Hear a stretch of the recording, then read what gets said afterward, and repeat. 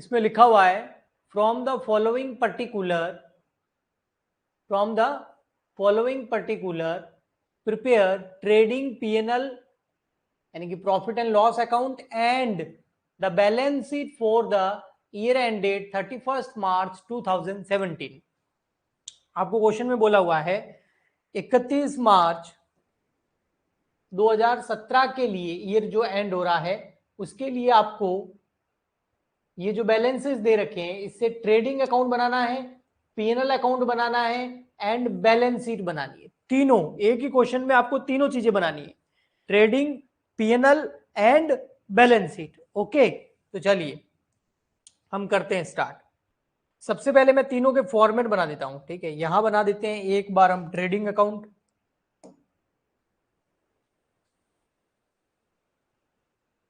यहां बना देते हैं ट्रेडिंग अकाउंट, ट्रेडिंग अकाउंट का फॉर्मेट।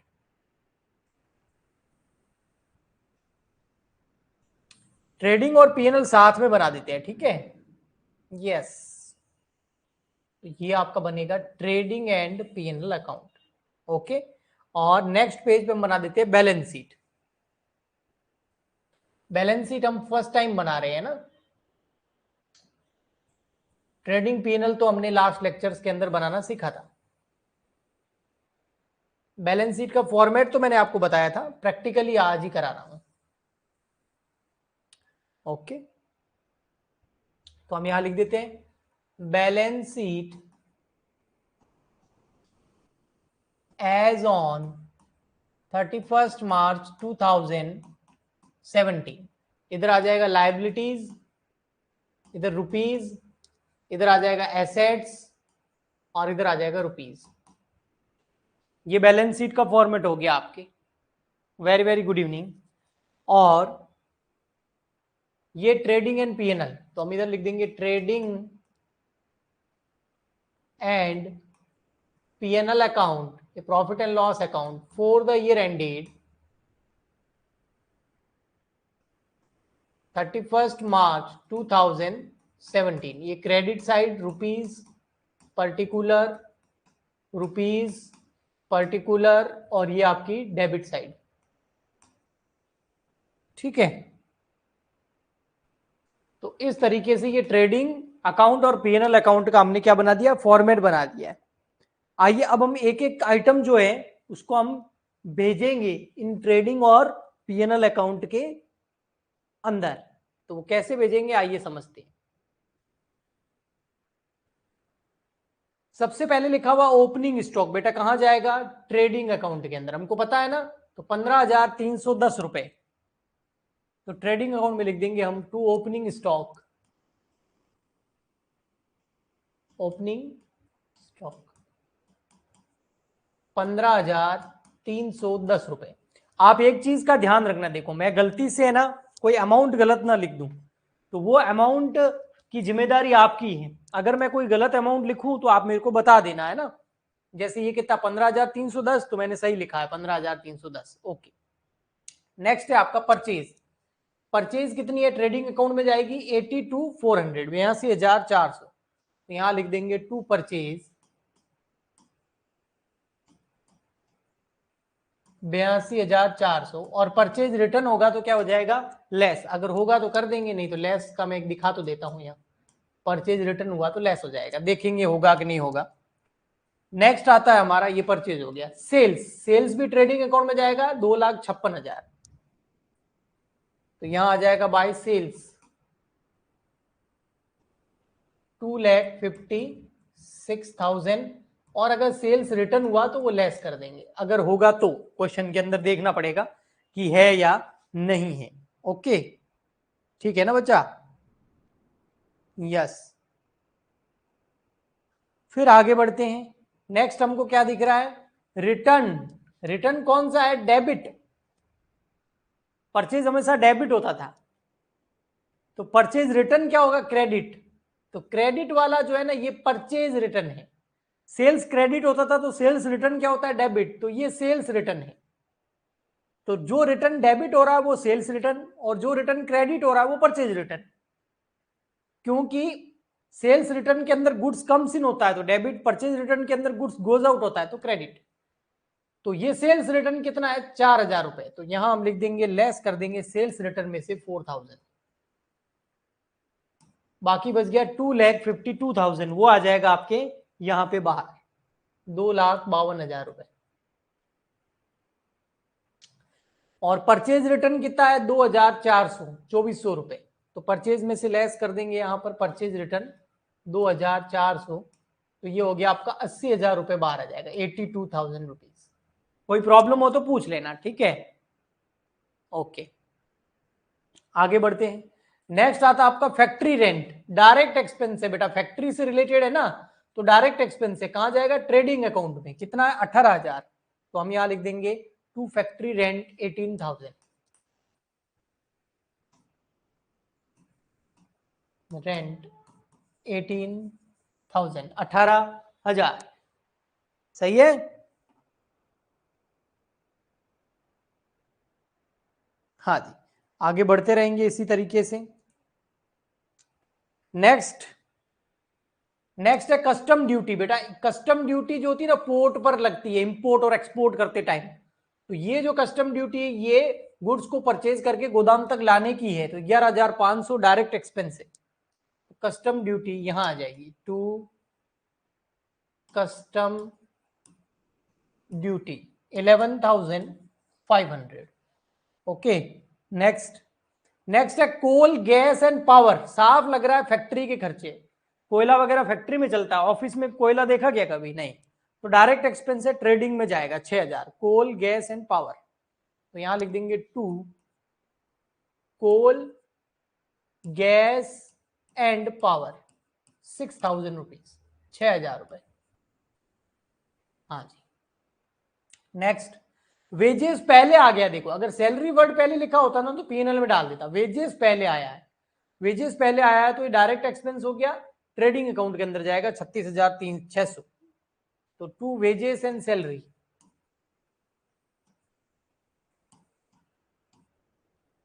36,600, 36,600 था ना कि 300 था, 36,600, ओके वेरी गुड।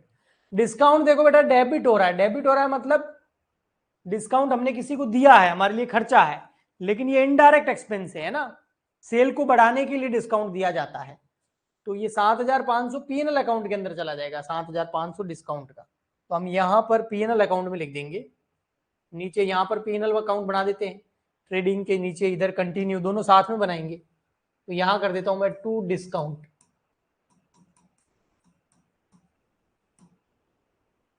कितना था डिस्काउंट देखो, ये डिस्काउंट है आपका दिख रहा है आपको 7,500, 7,500, इसके नीचे आपको कमीशन भी दिया है, लेकिन बेटा कमीशन के आगे क्या लिखा हुआ है, क्रेडिट, क्रेडिट का मतलब समझते हो,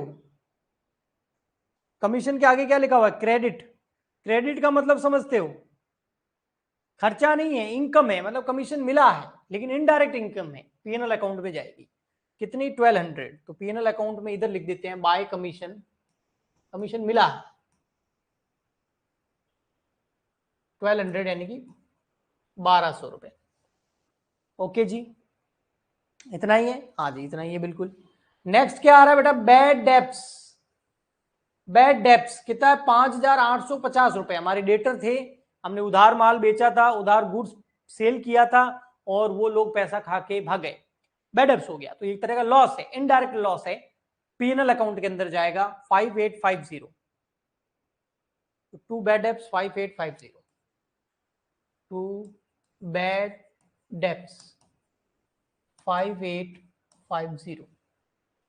नेक्स्ट भी बड़ा इंटरेस्टिंग है, देखो नेक्स्ट देखो क्या है, बैड डेप्स रिकवर हो गए हैं, अगर बैड डेप्स रिकवर होते हैं ना तो वो हमारी इनकम होती है, पैसा डूब गया था, हमने बैड डेप्स मान लिया, बाद में वापस आ गया तो इनकम है, सामने वाला पैसे देके चला गया तो अच्छी बात है, कितना 2,000 रुपए, तो बैड डेप्स रिकवर्ड यहां आ जाएगा इनकम साइड में पीएनएल अकाउंट की, बैड डेप्स रिकवर्ड है कितना, ये 2,000, तो यहां आ जाएगा 2,000 रुपए। ओके जी, नेक्स्ट देखो कौन सा प्रीमियम है, अप्रेंटिसशिप प्रीमियम, ये जो प्रीमियम होता है ये इनडायरेक्ट एक्सपेंस होता है बेटा, ये क्या होता है? इनडायरेक्ट एक्सपेंस होता है। ओके, और इनडायरेक्ट एक्सपेंसेस सारे के सारे कहां जाते हैं? पीएनएल अकाउंट के अंदर, ठीक है। और इनडायरेक्ट इनकम हो तो कहां जाती है? पीएनएल अकाउंट के अंदर। अब ये देखो यहां पर, इसको पढ़ना थोड़ा सा अच्छे से। अप्रेंटिस प्रीमियम है, प्रीमियम जो है ना वो रिसीव हुआ है, मतलब फायदा है, ये हमारे लिए फायदा है, ये फीस हमको रिसीव हुई है।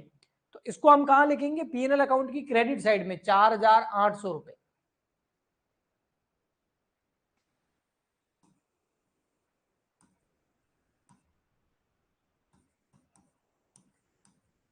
₹4,800, 4,800। ओके, जब भी ये दिखे आप इसको इनडायरेक्ट इनकम मान ला, इसको लिख लो नोट बना के। Okay, next production expenses. देखो नाम से चल रहा है प्रोडक्शन, प्रोडक्शन कहां होता है? फैक्ट्री में। तो ट्रेडिंग का खर्चा है, कितना है?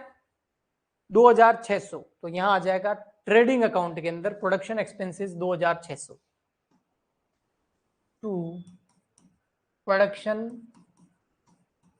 एक्सपेंसेस 2,600। ओके जी, बढ़िया है ना। फिर आगे चलो, और क्या है देखो। नेक्स्ट है आपका प्रोडक्शन के बाद एडमिनिस्ट्रेटिव एक्सपेंसेस। एडमिनिस्ट्रेटिव एक्सपेंसेस जो होते हैं ना बेटा, एडमिनिस्ट्रेटिव एक्सपेंसेस हमेशा प्रशासनिक व्यय, एडमिनिस्ट्रेशन करने के खर्चे इनडायरेक्ट होते हैं, पीएनएल में जाएंगे 5,000। यहां लिख देंगे टू एडमिन एक्सपेंस 5,000।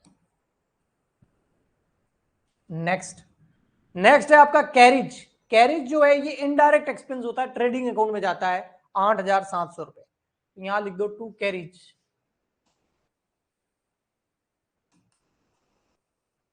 8,700। तो यहां तक एक बार आप थम्स अप भेजिए, यहां तक कोई प्रॉब्लम प्लीज, फिर हम आगे बढ़ते हैं। यहां तक एक बार थम्स अप भेजिए, जो क्वेश्चन हो गया है मैं दिखा देता हूं। यहां तक इस साइड का पूरा कर लिया ना, यहां स्टार्ट करूं उससे पहले एक बार थम्स अप भेज दो फटाफट, तब तक मैं भी पानी पी लूं, है ना। बताइए जी।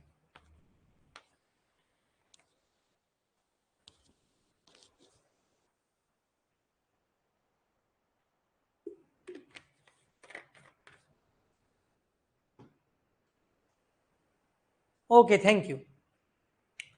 नेक्स्ट है आपका देखो कैपिटल। कैपिटल कहां जाता है? बैलेंस शीट में, लायबिलिटी साइड में। कितना? 2,50,000। तो बैलेंस शीट की लायबिलिटी साइड में हम लिख देंगे कैपिटल अकाउंट 2,50,000। और आपको पता है ना इसके अंदर क्या होता है, अगर नेट प्रॉफिट होगा तो ऐड हो जाएगा, नेट लॉस होगा तो क्या हो जाएगा? लेस। और ड्राइंग क्या होती है इसके अंदर? लेस। तो मैं नेट प्रॉफिट मान लेता हूं कि नेट प्रॉफिट होगा तो ऐड कर देंगे, ड्राइंग होगी तो लेस कर देंगे। कैपिटल में हमेशा ये एडजस्टमेंट होता है। हाँ, अगर अलग से कैपिटल अकाउंट बनाते हैं तो नहीं होता है, लेकिन अगर अलग से कैपिटल अकाउंट नहीं बना रहे तो ऐसा करना पड़ता है। उसके बाद नेक्स्ट है आपका ड्राइंग। ये देखो ड्राइंग आ गई, कितनी है? 48,000। तो इसको कैपिटल में से क्या कर लेंगे? लेस। ड्राइंग कितनी है? 48,000। 48,000 रुपए की ड्राइंग करी, कैपिटल में से लेस हो जाएगी। ओके, पीएनएल में नहीं जाएगी, ट्रेडिंग में नहीं जाएगी। ओके, हाँ, गुड्स की ड्राइंग करी होती तो परचेज में से लेस हो जाती। नेक्स्ट है सन्ड्री डेटर। एसेट है कितने? 57,000 के। तो सन्ड्री डेटर 57,000 यहां लिखेंगे हम। Sundry debtor 57,000।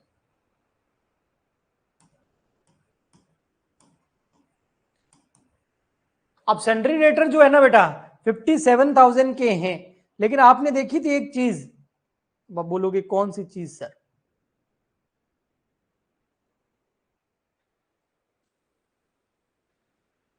हमने देखी थी इसके नीचे जस्ट क्रेडिटर। यस, ये देखो सन्ड्री क्रेडिटर। क्रेडिटर लायबिलिटी होती है तो कहां जाएगी? क्रेडिट साइड में। कितनी? 12,000। तो यहां लिख देंगे sundry creditor. Sundry debtor asset होती है, सन्ड्री क्रेडिटर लायबिलिटी होती है। डेटर तब उत्पन्न होते हैं, कितना? 12,000 था ना। हाँ, डेटर तब उत्पन्न होते हैं जब हम किसी को उधार गुड सेल करते हैं। क्रेडिटर तब उत्पन्न होते हैं जब हम किसी से उधार गुड्स परचेज करते हैं। तो परचेज किया, उधार पैसे देने हैं तो लायबिलिटी, सेल किया, उधार पैसे लेने हैं तो एसेट। Next, depreciation. डेप्रीशिएशन हमेशा एक तो जाता है पीएनएल अकाउंट के अंदर, एसेट्स पे डेप्रीशिएशन लगता है। एसेट की वैल्यू जब है ना कम होती है ना तो डेप्रीशिएशन लगता है। तो एक तो पीएनएल अकाउंट में जाएगा, इनडायरेक्ट लॉस है, और दूसरा एसेट में से इसको कम किया जाता है। ओके, है कितना डेप्रीशिएशन? 4200 रुपए। कितना है? 4200 रुपए। ओके, तो डेप्रीशिएशन लिख दो यहां पर, टू डेप्रीशिएशन 4200 पीएनएल अकाउंट के अंदर। अब कौन सी एसेट पे डेप्रीशिएशन लगाया इसने वो बोला नहीं है, तो हम ये मान रहे हैं कि एसेट में से पहले से ही कम हो गया होगा। Okay, next, charity. चैरिटी करी है 500 रुपए की, डोनेशन चैरिटी वगैरह जो होती है ना, अगर गुड्स की हो तो ट्रेडिंग अकाउंट में परचेज में से लेस होता है, अगर पैसे दिए है तो ट्रेडिंग पीएनएल अकाउंट में चला जाएगा। तो चैरिटी कितनी है? 500 की, तो यहां पीएनएल अकाउंट में हम लिख देंगे टू चैरिटी 500। चैरिटी 500, कोई दान पुण्य कर दिया, चंदा दिया है किसी को, चंदा।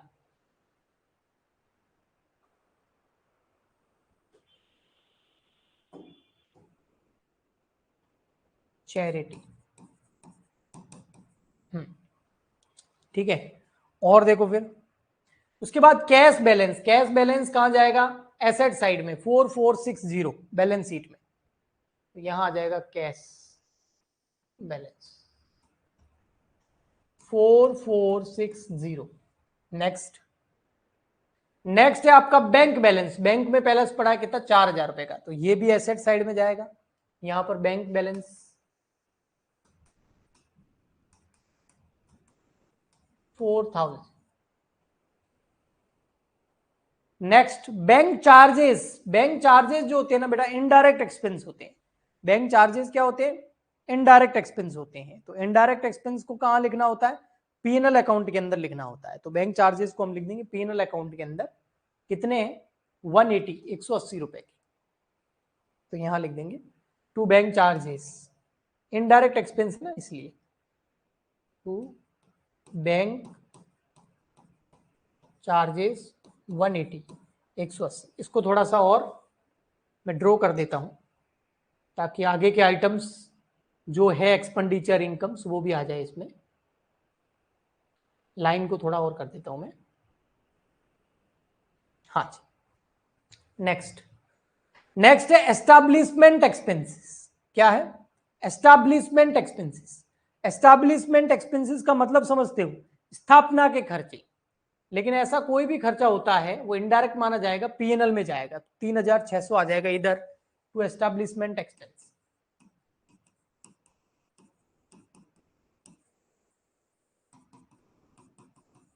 3000 स्थापना के खर्चे।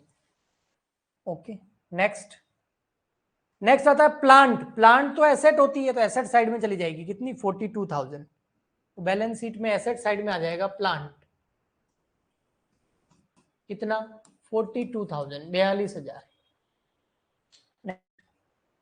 नेक्स्ट आता है लीज होल्ड बिल्डिंग। बिल्डिंग भी एसेट होती है, तो एसेट साइड में चली जाएगी, कितनी? 1,50,000। तो leasehold building 1,50,000। Okay, next, next आता है sales tax collected. Sales tax collect किया है। सेल्स टैक्स क्या किया हमने? कलेक्ट किया है। सेल्स टैक्स समझते हो ना? पहले सेल्स टैक्स लगता था, आजकल क्या लगता है? जीएसटी। पहले लगता था सेल्स टैक्स, आजकल क्या लगता है? जीएसटी। तो ये सेल्स टैक्स कलेक्टेड जो किया है ना, जैसे जीएसटी अगर किसी कस्टमर से आपको मिला है, आपने कुछ बेचा, आपको कुछ जीएसटी मिला, क्या वो आपकी इनकम है? नहीं, वो जीएसटी या सेल्स टैक्स आपको गवर्नमेंट को पे करना पड़ता है, और आपने कलेक्ट कर लिया है लेकिन अभी तक गवर्नमेंट को अगर पे नहीं किया है तो ये आपके लिए एक लायबिलिटी है कि आपने लोगों से गवर्नमेंट के लिए टैक्स का पैसा लिया है बट आपने इसको आगे अभी तक जमा नहीं कराया है। तो इसको हम बैलेंस शीट की लायबिलिटी साइड में लिखेंगे, sales tax liability 2000।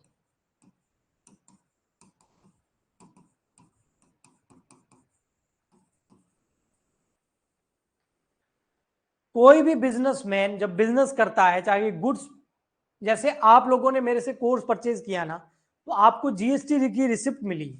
For example के लिए आपने 3000 में कोर्स खरीदा है, तो उस 3000 के अंदर 18% जो है जीएसटी भी लगा हुआ है। वो जीएसटी का पैसा जो है ना, वो मैं मेरे पास नहीं रखूंगा, वो आपसे मैंने लिया और मुझे गवर्नमेंट को जमा कराना है। ओके, तो इसका मतलब ये हुआ, अगर वो मेरे पास पड़ा है और मैंने जमा नहीं कराया तो मेरी लायबिलिटी है। तो बस सेम चीज है। ओके, आई समझ में? एक बार बताइए, रिप्लाई कीजिए फटाफट, तब तक मैं आगे और देखता हूं। आगे रहा ये नेक्स्ट, गुडविल। गुडविल क्या होती है? एसेट होती है। कैसी एसेट? इंटेंजिबल एसेट, अदृश्य संपत्ति होती है। गुडविल मतलब किसी बिजनेस की ब्रांड वैल्यू बोल सकते हैं आप, या कोई बिजनेस का नाम कितना पॉपुलर है, नाम के पीछे भागते हैं लोग, है ना, तो वो गुडविल हो गई। तो गुडविल जो है वो इंटेंजिबल एसेट होती है, अदृश्य संपत्ति होती है, 20,000 रुपए की। तो इसको बैलेंस शीट में दिखाएंगे। अदृश्य संपत्तियों में और भी आती है, इंटेंजिबल एसेट्स में गुडविल होती है, पेटेंट होता है, कॉपीराइट होता है, ट्रेडमार्क होता है। ये सारी एसेट होती है, लेकिन कौन सी? Intangible asset. ओके, नेक्स्ट है पेटेंट। ये देखो, ये और आ गई। पेटेंट मतलब ट्रेडमार्क, मतलब ये तीनों के तीनों, गुडविल, पेटेंट, ट्रेडमार्क, ये तीनों के तीनों इंटेंजिबल एसेट है। ओके, ये बिजनेस, आपके बिजनेस को ऊपर उठाने में काफी मदद करती है। पेटेंट और ट्रेडमार्क की वजह से कोई भी आपके प्रोडक्ट को कॉपी नहीं कर सकता, ऐसा आपको अधिकार मिल गया है। तो पेटेंट और ट्रेडमार्क दोनों की दोनों इंटेंजिबल एसेट है, 10,000 और 5,000। तो पेटेंट एंड ट्रेडमार्क 10,000, ट्रेडमार्क 5,000। एक कॉपीराइट भी होता है, फॉर्मूला भी होता है, फ्रेंचाइजी भी होता है ना। तो ये सारे के सारे इंटेंजिबल एसेट। लोन लिया है हमने, अब लोन तो क्रेडिट, क्रेडिट मतलब लाइबिलिटी है हमारे लिए, है ना। 25,000 रुपए लोन कितना है? 25,000 का। तो बैलेंस शीट की लाइबिलिटी साइड में आ जाएगा लोन 25,000 का। आपने लोगों से लोन लिया है 25,000 रुपए का, या बैंक से लिया है, जो भी है, लाइबिलिटी है आपकी। नेक्स्ट आता है interest on loan. Interest on loan तो भैया खर्चा हो गया ना, जो आपने लोन लिया है उसके ऊपर आप क्या पे कर रहे हो? इंटरेस्ट पे कर रहे हो। उस लोन के ऊपर आप क्या पे कर रहे हो? इंटरेस्ट पे कर रहे हो। तो ये तो इनडायरेक्ट एक्सपेंस है, पीएनएल अकाउंट में चला जाएगा 3,000 रुपए। यहां लिख देंगे टू इंटरेस्ट ऑन लोन। खर्चा है आपके लिए, इनडायरेक्ट है, 3,000। ओके, तो यहां तक हमने जो है लगभग सब कर लिए। 1 बज गया। ये देखिए, क्लोजिंग स्टॉक 31 मार्च 2017, जब ईयर एंड हो रहा है उस दिन का स्टॉक, मतलब क्लोजिंग स्टॉक। बेटा क्लोजिंग स्टॉक कहां कहां आता है? आप बता सकते हैं, अगर आप बताना चाहे तो मैं आपको टाइम दे सकता हूं। क्लोजिंग स्टॉक कहां कहां आता है? 25,400 रुपए। अब कोई बोलेगा सर क्लोजिंग स्टॉक तो आता है ट्रेडिंग अकाउंट में, तो लिखिए ट्रेडिंग अकाउंट में 25,400। ओपनिंग स्टॉक भी ट्रेडिंग में, क्लोजिंग स्टॉक भी ट्रेडिंग में, बाय साइड में 25,400। लेकिन एक बात बता दूं, opening stock only trading account में आता है, लेकिन क्लोजिंग स्टॉक ट्रेडिंग अकाउंट के साथ साथ बैलेंस शीट में भी आता है। बैलेंस शीट की एसेट साइड में, स्टॉक एसेट होती है ना, तो यहां आ जाएगा स्टॉक, लेकिन कौन सा? क्लोजिंग, ओपनिंग नहीं आएगा इधर। 25,400। तो ट्रेडिंग और balance sheet, opening stock only trading account की डेबिट साइड में जाता है, क्लोजिंग स्टॉक ट्रेडिंग अकाउंट की क्रेडिट साइड में, एंड बैलेंस शीट की एसेट साइड में जाता है, याद रखना। ओके जी, अब आइए हम फटाफट से क्या करते हैं, ग्रॉस प्रॉफिट कैलकुलेट करते हैं। तो इधर की टोटल करके देखते हैं। यहां की टोटल ये आ रही है आपकी 2,52,000, 2,52,000 प्लस 25,400,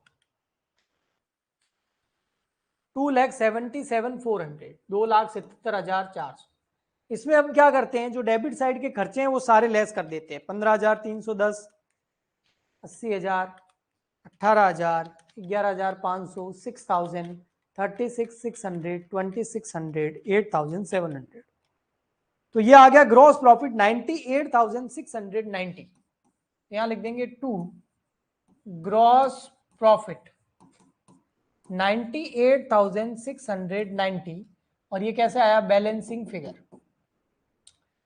और ये ग्रॉस प्रॉफिट आगे कहां ट्रांसफर होगा, ये चला जाएगा पीएनएल अकाउंट के अंदर। प्रॉफिट है तो इधर जाएगा, लॉस होता तो इधर जाता। तो ग्रॉस प्रॉफिट इधर आ जाएगा क्रेडिट साइड में क्योंकि प्रॉफिट है और पीएनएल के क्रेडिट साइड में प्रॉफिट ही आता है 98,690। और अब हम क्या करेंगे, देखो इधर ग्रॉस प्रॉफिट आ गया। अब पीएनएल अकाउंट की टोटल कर लेंगे हम। पीएनएल अकाउंट के क्रेडिट साइड की टोटल करते हैं 98,690 प्लस 1200 प्लस 2000 प्लस 4800। तो ये आ रहा है लगभग 1,06,690, 1,06,690। उसमें हम डेबिट के जितने भी खर्चे हैं वो लेस कर देंगे 7,500, 5,850, 5,000, 4,200, 500, 180, 3,600 और 3,000। तो यहां आ गया आपका प्रॉफिट। कौन सा प्रॉफिट आएगा अब, नेट प्रॉफिट 76,860 बैलेंसिंग फिगर 76,860। मतलब प्रॉफिट ज्यादा है खर्चे कम है तो आपका नेट प्रॉफिट आ गया। इतना प्रॉफिट इस बिजनेस को करने से हुआ है।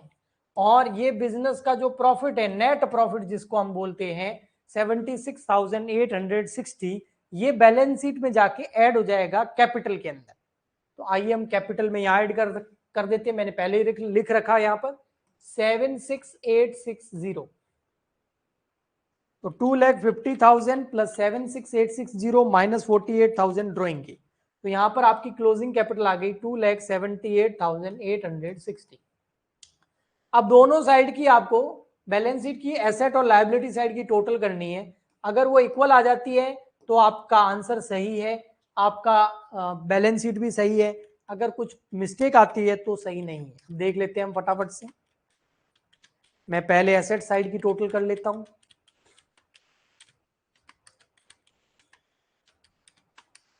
$3,17,860, 3,17,860 ये एसेट साइड की टोटल आ रही है। अब इतना का इतना लायबिलिटी में भी आना चाहिए। अगर इतना का इतना लायबिलिटी में आ गया तो ठीक है, नहीं आया तो फिर रॉन्ग है। 278,860 प्लस 12,000 प्लस 2,000 प्लस 25,000 बिल्कुल आ रहा है 3,17,860, 3,17,860 रुपए। बताइए जी। तो बैलेंस शीट की टोटल हमेशा इक्वल आती है, तब हमें पता चलता है कि हमने ट्रेडिंग, पीएनएल और बैलेंस शीट यानी कि फाइनल अकाउंट एकदम सही से